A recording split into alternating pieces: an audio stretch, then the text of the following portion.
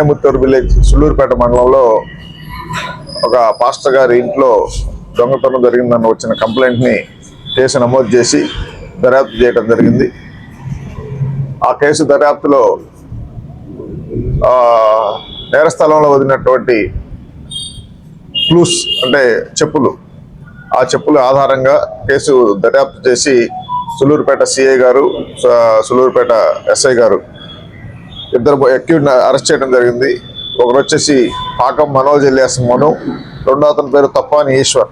వాళ్ళిద్దరిని అరెస్ట్ చేసి వాళ్ళ దగ్గర నుంచి 2 లక్షల రూపాయల నగదు, సుమారుగా 5 లక్షల వర్త్ అయ్యేటువంటి రకరకాల గోల్డ్ ఐటమ్స్ని ఈరోజు అరెస్ట్ చేసి కోటపల్లూరు జంక్షన్ దగ్గర అరెస్ట్ చేసి స్వాధీనం చేసుకోవడం జరిగింది. ఆ కేసులో ఆ వదిలినటువంటి చెప్పుల క్లూస్ని ఆధారంగా చేసుకొని రకరకాల సమాచారాన్ని సేకరించి ముద్దాయిలు ఫైనల్గా నిర్ధారించి అరెస్ట్ చేశారు. ఈ కేసులో దర్యాప్తు చాలా బాగా చేశారు. అది grave case, investigation Sullurpeta CI Muralikrishna గారి పర్సనల్ ఇన్వెస్టిగేషన్ కేసు అది.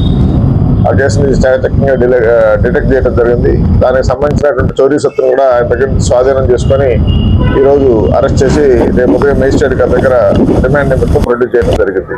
ఈ కేసులో బాగా పనిచేసినట్టు సుళ్ళూరుపేట క్రైమ్ పార్టీ సిబ్బంది, సుళ్ళూరుపేట సిఐ గారిని, ఎస్ఐ గారిని, ఎస్పీ గారు అభినందించారు.